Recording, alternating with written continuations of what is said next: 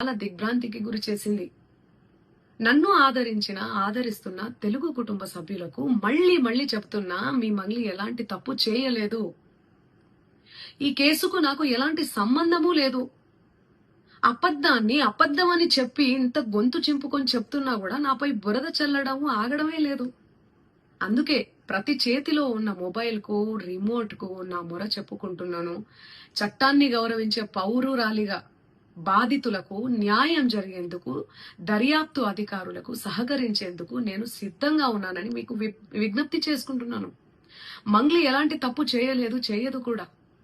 ఈ micro finance case cheating కంపెనీకి డబ్బులు వసూలు చేసిన వివాదంలో నాకు ఎలాంటి సంబంధం కూడా లేదు. మధునాయక్ ను మా కమ్యూనిటీ ప్రోగ్రామ్ లో భాగంగా నన్ను నా తమ్ముడు శివాను కలిసిన మాట వాస్తవమే. కానీ అతను చేసే వ్యాపార వ్యవహారాలు, అతని వ్యక్తిగత జీవితానికి సంబంధించినటువంటి సమాచారంపై నాకు ఎలాంటి అవగాహన లేదు. ఈ కేసు విషయం నా దృష్టికి వచ్చిన వెంటనే నేనే స్వయంగా వెళ్లి అడ్వకేట్ సుబ్బారావుతో పాటు రమావత్ మధుపై పోలీసులకు ఫిర్యాదు చేసిన. తప్పు చేసిన రమావత్ మధు అండ్ గ్యాంగ్ పై ఖచ్చితంగా చర్యలు తీసుకోవాల్సిందే. బాధితులకు న్యాయం చేయాల్సిందే.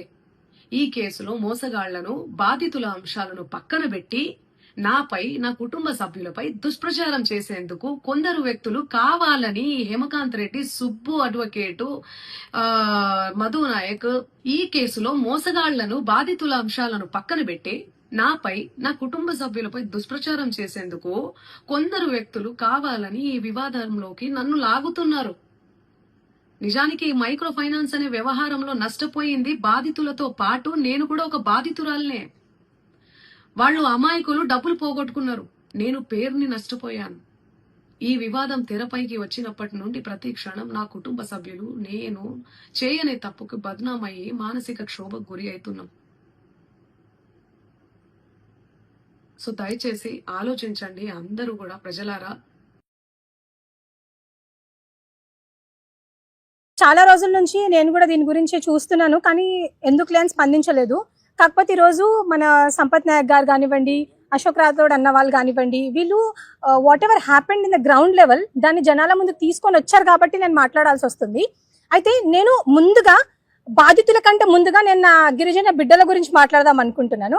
ఎవరైతే ఇప్పుడు గిరిజన అనే పేరు పెట్టుకొని ఆర్గనైజేషన్స్ పెట్టుకొని ఈ కాంగ్రెస్ పార్టీ వేసే కుక్క బిస్కెట్లు వేస్తుంటది కదా, డబ్బులు, చిల్లర డబ్బులు, వాటికి లోబడి ఈరోజు మన గిరిజన బిడ్డలు చనిపోతుంటే వాళ్ళ పక్షాన నిలబడకుండా ఎవరో మంగ్లీ పక్షాన నిలబడ్డారు కదా. నేను వాళ్ళకి చెప్తున్నా, మీకు సిగ్గు శరం ఏదైనా ఉందా? మనిషికి మానవత్వం అనేది ఏదైనా ఉందా? ఈ రోజు మీకు మంగ్లీ మాత్రమే కనిపిస్తుందా? మీకు చనిపోయిన వాళ్ళు కనిపించట్లేదా? ఈ రోజు జీవో 29 వల్ల చాలా మంది మా గిరిజన బిడ్డలు, మన గిరిజన బిడ్డలు అందరూ ప్రిలిమ్స్ రాకుండా రిస్ట్రిక్ట్ అయిపోయినప్పుడు అప్పుడు ఎక్కడ పోయారండి మీరు అందరూ? మొన్న అదేదో హాస్పిటల్ అలా ఉస్మానియా హాస్పిటల్లో ఒక గిరిజన బిడ్డ చనిపోతే ఇప్పటి వరకు ఒక్కడు స్టేటస్ పెట్టలేదు. మరి వీళ్ళందరూ గిరిజనులు కాదా? నేను ఈరోజు సంపత్ నాయక్ గారికి చెప్తున్నాను, మంగ్లీ గారిని కాదండి మీరు బైకాట్ చేయాల్సింది. ఇట్లాంటి దొంగగాళ్ళు ఎవరైతే ఉన్నారో కమ్యూనిటీలో ముందు వాళ్ళని బైకాట్ చేయండి. వాళ్ళకు ఉండే అర్హతే లేదు. ఈ రోజు ఒక చిన్న ఎగ్జాంపుల్ చెప్తాను. ఈ రోజు వీళ్ళకు మంగ్లీ మాత్రమే కనిపించిందా? మంగ్లీ గారేసే డబ్బులు మాత్రమే వీళ్ళకి కనిపిస్తున్నాయా? ఈ రోజు మా దాంట్లో, మా కమ్యూనిటీలో చాలా హయ్యర్ పొజిషన్ లో ఉండే వాళ్ళు కూడా ఉన్నారు. ఎగ్జాంపుల్ జీవన్ లాల్ లావడియా గారు, ఆయన మీద ఒక అలిగేషన్ వచ్చింది.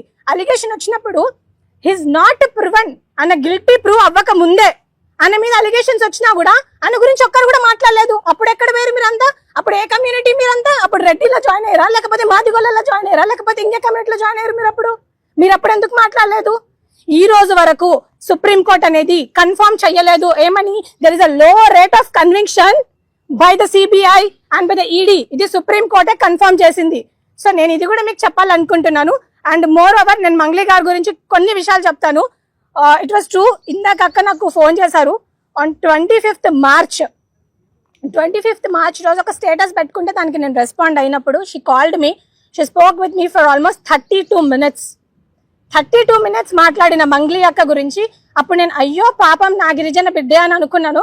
కానీ after seeing all these proofs నాకు చూసాక నాకు అప్పుడు అర్థమైంది, లేదండి మంగ్లీ గారు, సీరియస్లీ మీరు నిజంగా ఈ కమ్యూనిటీకి ఏదో చేశానని చెప్పుకుంటున్నారు కదా. ఈ రోజు మంగ్లీ గారు అంటారు నేను మంగ్లీ అనే పేరు పెట్టుకొని ప్రపంచ దేశాలకు మన గిరిజనుల గురించి చెప్తున్నాను అంటున్నారు. మీరు మాత్రమే కాదు, మీరు ఎవరికి చెప్పారో నాకైతే తెలీదు. గ్రౌండ్ లెవెల్లో కొట్లాడే వాళ్ళు చాలా మంది ఉన్నారు. ఈరోజు సంపత్ ఉన్నారు, సంపత్ జనసేన అని పెట్టుకోవచ్చు, ఆయన పేరు సంపత్ నాయక్, ప్రత్యూష రాథోడ్, అశోక్ రాథోడ్, జీవన్ లాల్ లావడియా, ఇట్లా చాలా మంది వాళ్ళ పేరు వెనకాల మా గిరిజనుల ట్యాగ్ పెట్టుకున్న వాళ్ళే. మీరు మాత్రమే సెలబ్రిటీ కాదు. సెలబ్రిటీ అంటే మీరు ఇష్టం వచ్చినట్టు ఏది పడితే అది చేస్తారా? మీ చేతిలో ఏది ఉంటే అది చేస్తారా? నేను ఈరోజు మంగ్లీ గారిని కూడా ఒక విషయం అడుగుదాం అనుకుంటున్నాను. మీరు ఇన్ని సంవత్సరాల నుంచి మీరు మా గిరిజనులకి ఏం చేశారు, మీరు ఏం చేశారు అనేది నేను అడుగుతున్నాను. సెలబ్రిటీ కాదు తను. బేసికల్గా తెలంగాణ మూమెంట్ జరిగేటప్పుడు మా దగ్గరకు వచ్చి అన్న ఒక ప్రోగ్రామ్ ఉంటే ఇవ్వండి, తనని తీసుకొచ్చింది భిక్షు నాయక్ గారు. అన్న ఒక ప్రోగ్రామ్ ఉంటే ఇవ్వండి, ఒక ధూమ్ధామ్ ఉంటే ఇవ్వండి, ఒక పాటలు పాడుకుంటే మాకు ఇవ్వండి అన్న, మాకు ఉపయోగపడతా అనుకుంటున్నామే. She not celebrity. సెలబ్రిటీ దేనికి సెలబ్రిటీ, ఎందుకు సెలబ్రిటీ? సెలబ్రిటీ పేరు చెప్పుకొని నువ్వు ఎవరిని ఉద్ధరించాలనుకుంటున్నావు? నిన్ను నువ్వు కాపాడుకున్నావు కమ్యూనిటీ పేరు చెప్పుకొని. ఇంకోసారి నీకు ఆ అర్హత లేదు. నువ్వు ప్రెస్ మీట్లో కూడా మాట్లాడేటప్పుడు ఆ గమండు మాటలేంది, తగ్గించుకోండి అవి ప్లీజ్. ఈ రోజు మంగ్లీ అక్క అంటారు నేను ఒక సెలబ్రిటీని, సో అందుకే నేను మీడియా ముందుకు రావట్లేదు, కాబట్టి మీరు ప్రెస్ మీట్ పెట్టి మాట్లాడండి అని అంటున్నారు. నేను మంగ్లీ అక్క ఒక చిన్న విషయం చెప్దాం అనుకుంటున్నా, చిన్న సజెషన్ అక్క. మీతో కోట్ల డబ్బులు ఉన్నాయి కాబట్టి అద్దం మీద కూలీలు 500 ఇస్తే వస్తారు, వాళ్ళని పెట్టుకొని ప్రెస్ మీట్ చేసుకోండి. మాలాంటి వాళ్ళు నిజంగానే అన్యాయానికి మేము ఎప్పుడు వత్తాసు పలకము, మేము ఎప్పుడు బాధితుల పక్షాన నిలబడతాము. అండ్ ఈ రోజు ప్రెస్ మీట్ పెట్టి మాట్లాడే కొంతమంది గిరిజన నాయకులు ఉన్నారు, సోకాల్డ్ గిరిజనులు అని చెప్పుకునే నాయకులు ఉన్నారు. అండ్ వాడు ఎవడో మోతిలాల్ అంట, నాకైతే నిజంగా వాడి గురించి ఇప్పటివరకు తెలియదు. ఇప్పటివరకు ఆయనకు రెస్పెక్ట్ ఇచ్చేదాన్ని, కానీ ఆమె ఇచ్చే 10-20 రూపాయలకు మొరిగే వాళ్ళ గురించి నేను మాట్లాడాలనుకోవట్లేదు. నిజంగా నువ్వు గిరిజన బిడ్డవైతే, నిజంగా నీకు గిరిజనులు అంటే ఏదైనా ఉంటే, మొన్న వచ్చిన బ్యాచ్ అండి వీళ్ళంతా, నిజంగా నీ గిరిజనుల ఒక పక్షాన ఏదైనా నువ్వు నిలబడాలనుకుంటే ఈ బాధితుల పక్షాన నిలబడు.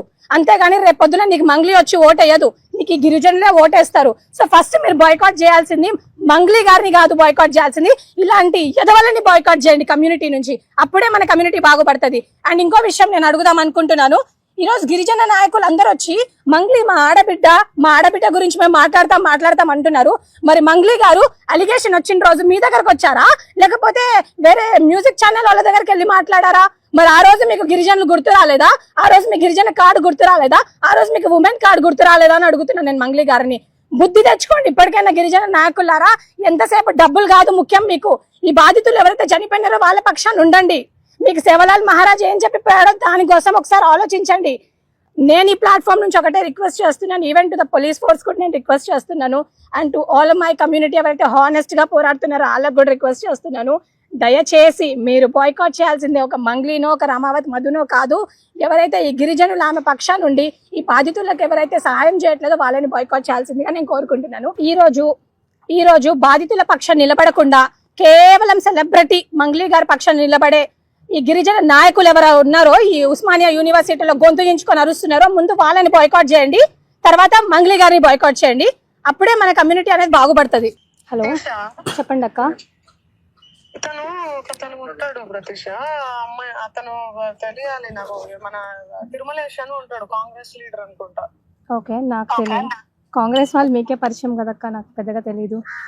గద్వాలు నాకేడ పరిచయం రా, నేను ఎవరు ఎక్కడికి పోను అసలు. మీరే కదక్క మొన్న అన్నారు కాంగ్రెస్ వాళ్ళ ఎమ్మెల్యే ఇంట్లో ఏదో బర్త్డే ఉంటే వెళ్ళాని, మీకే పరిచయం ఉంటారు, నాకు ఎలా పరిచయం ఉంటారు? ఆహా, గద్వాల్లో గద్వాల్ సైడ్ కదా, నీకు తెలుస్తుంది గద్వాల్ సైడ్. ఒకసారి నాకు తెలియదు అక్క. మన తిరుమలేష్ అని ఉంటాడు. లేదు నాకు తెలియదు అక్క. కాంగ్రెస్ అంటే కాంగ్రెస్ కాదు వాడు, కాంగ్రెస్ అంటే కాంగ్రెస్ కాదు వాడు. పిచ్చినా కొడుకు వాడు, ఇదంతా తెచ్చిండు వాడంతా, అంటగడుతుండి ఇదంతా. ఓకే, సో నువ్వు గద్వాల్ సైడే ఉంటావు కదా? లేదు తెలియదు అక్క నాకు. ఎందుకు అంతలా అసలు? లేదక్క, తెలీదక్క, అదక్క ఇదే కనుక్కుంటాను కానీ కూడా అనకుండా మరి ఇంతలా అయిందిరా? తెలీదు అక్క అని అంటున్నా నేను. అదేరా, ఎందుకు కనుక్కుంటే అయిపోతుంది కదా, ఎందుకు భయం? ఎందుకు అసలు భయం దేనికక్క? దేనికి భయం?